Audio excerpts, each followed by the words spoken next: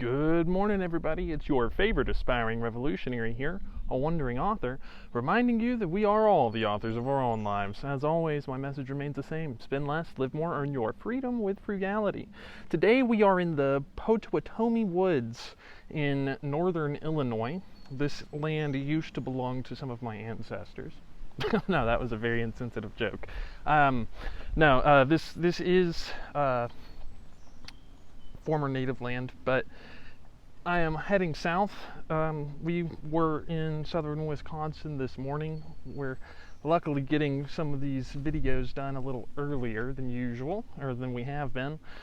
Probably only going to get like 40, maybe 50 miles of actual hiking done this week. I've got to show up at the Neshoba County Fair by Friday in Mississippi, but I do want to stop by the Cane Creek Creole National Preserve in Louisiana on my way down there. And today I want to talk to you guys a little more, one last time, about the Bronze Age collapse. So far we've talked about the invasion of the sea peoples, the explosion of sea piracy that may have possibly been driven by drought-induced famine. And then we've talked about the possibility of plague affecting some of the major empires like Hattusa, the capital of the Hittites. The last explanation is really just it's framing it from a different perspective. So far, every issue we've looked at it through the lens of is it this one cause, right? Well, modern historians are more and more coming to embrace what's called a systems-centered or systems-focused perspective that zooms out and looks at how. So a civilization requires a lot of different moving parts. An example in our own society would be like truckers, right? So if we ran out of truckers, it would really grind a lot of stuff to a halt. Grocery stores may not go out of business, but if there's no food on the shelves, it's going to disrupt our society, right? And these ancient societies in the Bronze Age were highly centralized. They taxed their populations heavily, and they were able to do a whole lot. But basically, it's possible that the system as it was back then quit working for the majority of the people that were part of it. Kind of reminiscent of what we might be seeing today. I personally, in my own philosophy, believe that throughout history, most human societies and civilizations kind of go through these phases of, old historians would call them golden ages, and then declines and collapses. So generally, a golden age in a civilization, in my point of view, is whenever prosperity is shared more equally. And I think that has a lot to do with its leadership. Now, if you have leaders of companies and of governments that are more concerned with empowering their people rather than themselves, I just find it hard to believe that that's not a better society than one in which everybody's out for it for themselves, motivated by greed, right? Which is really what we've seen in the U.S., in my opinion, since at least the 80s. I wasn't around prior to then, but at least the popular culture from that era seems to indicate otherwise from before then. Now, generally, flexibility and redundancy in a system helps to improve its resilience, reducing the strain on it that's placed on it by any one particular stressor or metric, right? Complex systems innervate society, turning molehills into mountains. So there's something that I wrote. What I'm really getting at there is, whenever you have a complex society, a simple issue, if all of a sudden all the trucks broke, that could become all of a sudden a famine in our society. Now, back then, it may be more like if the Egyptian ports were no longer able to ship grain out of their capital because they were like the breadbasket of the Bronze Age. That may have kind of had something to do with it.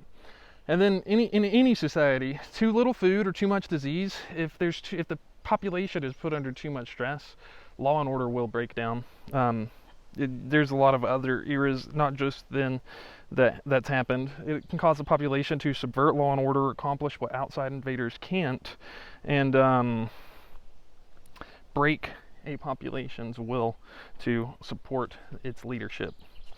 Some historians believe that the Bronze Age, and there's a lot of evidence to support what's called a palace economy. Basically, the Bronze Age became highly centralized, where there were a small number of ruling elites that reaped most of the society's benefits, and then the rest of everybody else was kind of like a peon for them. From that perspective, the Bronze Age collapse may have been more like a ancient French Revolution or something along those lines, where the ruling elite became a little too grandiose and were not supporting their people enough. Now, there's a lot to be said after the, the Bronze Age collapse. There was something of a Dark Age, right? And that's mainly because there wasn't a whole lot of writing afterwards. Now, in our own society, a lot of people would say that globalization, the fact that like the whole world is interconnected, kind of prevents Dark Ages from occurring, where we take a step back, technologically speaking, at least. Now, that may not be 100% true, but I think another even more interesting question is, how does human happiness and fulfillment come into the picture in a collapsed society? For example, the people that grew up in the 20s in the US prior to the Great Depression probably would have felt like the Great Depression era was simpler. But do you think that people that grew up in the Great Depression may have been happier? I'm not sure. I think that's a good question. I think that in general, humans kind of have a hedonic treadmill or set point. Whether you improve your lot or decrease your lot in life, in general, we kind of fluctuate around being content. We tend to adjust to changes pretty quickly, just as a species. Now, that's really all I have as far as the Bronze Age collapse for today. But I do want to talk to you guys about the competitiveness that we've seen in our society and some of my own future plans. So, and I'm going to continue trying, and I will continue. I'm going to be going up to Maine sometime next month. I've realized like this part of my trip has definitely shown me that like what I'm doing is more or less sustainable long term, as long as I'm motivated. What I have been surprised about in general is the perception among people that knew me beforehand versus people that I've met while I've been on the road. Interesting differences.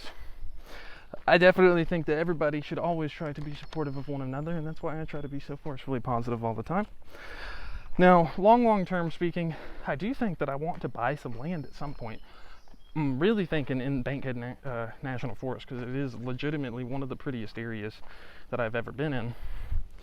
I'm going to create a blog post for some of the stuff that I saw while I was up around Lake Superior here, coming up soon.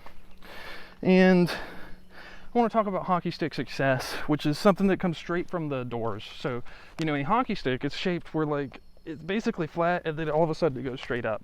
So whenever you're knocking on doors, it can take you 30 to 40 hours of door knocking to sell your first account. My first whole month of door knocking, I sold 3 accounts. By my second year, I sold 40 in a month. So literally like a year's worth of months for my first year. And hockey stick success is kind of just like a layman's way to say exponential growth.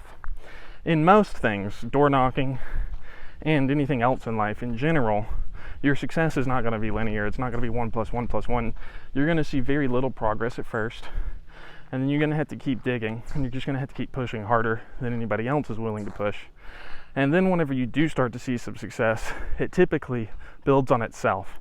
So it looks exponential in hindsight.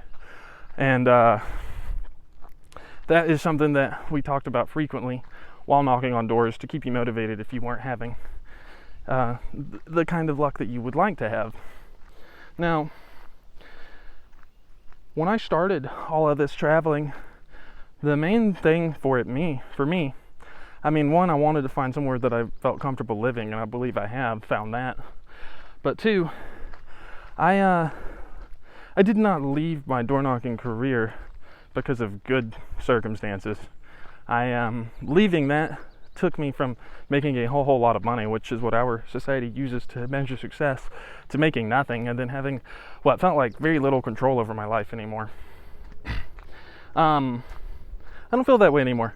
Doing all this traveling has absolutely reinstilled a sense of personal confidence in my own abilities.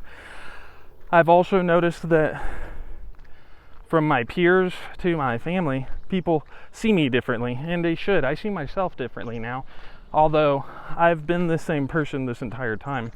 It's just a lot of people remember me, even myself. I remember myself as a child, 18 years old, but I'm 28 now, and I have grown a lot and experienced a lot of very unique things.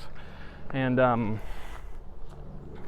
the thing that has struck me the most throughout all of my travels is how nice people are in general, as long as you're friendly to them. Confidence is everything. You've got to control the perception that you have of yourself, because that's what's going to set the base for other people. I carried a lot of shame for many years about mistakes that I had made as a young man, and I let other people, including my family, treat me poorly as a result of that. But I have more self-respect now, and I should have always had that, because I've been the same person that you've been watching this whole time for years. But yeah, that's really all I have for you guys today. As always, my message remains the same: spend less, live more, earn your freedom with frugality. This is a wandering author here, reminding you that we are all the authors of our own lives.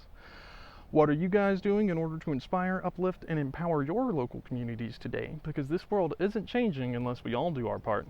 You can count on me to do mine daily. Till next time, I love y'all.